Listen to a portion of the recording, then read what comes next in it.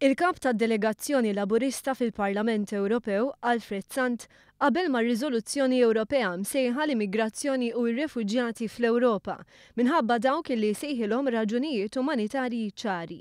Sant reaġixxa r-riżoluzzjoni fil-Parlament Ewropew fi Strasburgu wara li l-Kummissjoni Ewropea ippreżentat il-pakkett ta' proposti tagħha.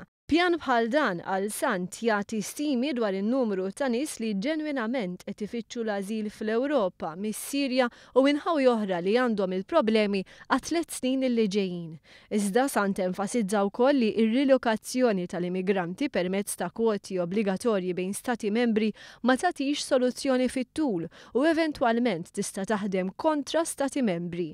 L-Europarlamentari Marlene Mizzi wkoll tkellmet waqt dibattitu parlamentari fi Strasburgu. Membri parlamentari diskutew id-dimensjoni tas-sessi fit traffikar tan-nies.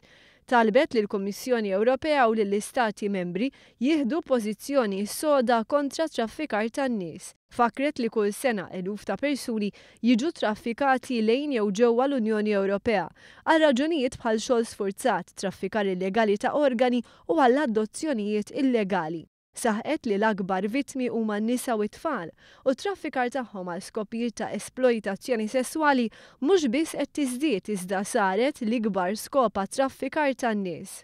Intant fil-laqgħa plenarja ta' Strasburgu l-membri parlamentari Ewropej approvaw il-politika tal-Unjoni Ewropea għall-ekonomija marittima. Dan wara proċess ta' diversi xhur li fuq ħadem il-Kumitat tal-Industrija li tiegħu hija l-membru Ewroparlamentari Maltija Miriam Dalli. Dalli kienet il-kellim tal-Grupp tas-Soċjalisti u Demokratiċi fuq dan is-suġġett. B'reazzjoni għal vot Miriam Dalli qalet li l-adozzjoni ta' sistema waħda l-ibħra kollha ikun żball kbir.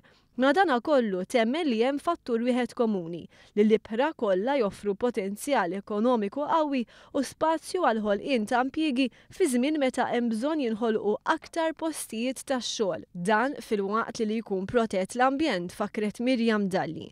Appellat lill-Kummissjoni Ewropea biex tagħqad l-istrateġiji u l-isforzi kollha dwar l-ekonomija marittima taħt awtorità waħda.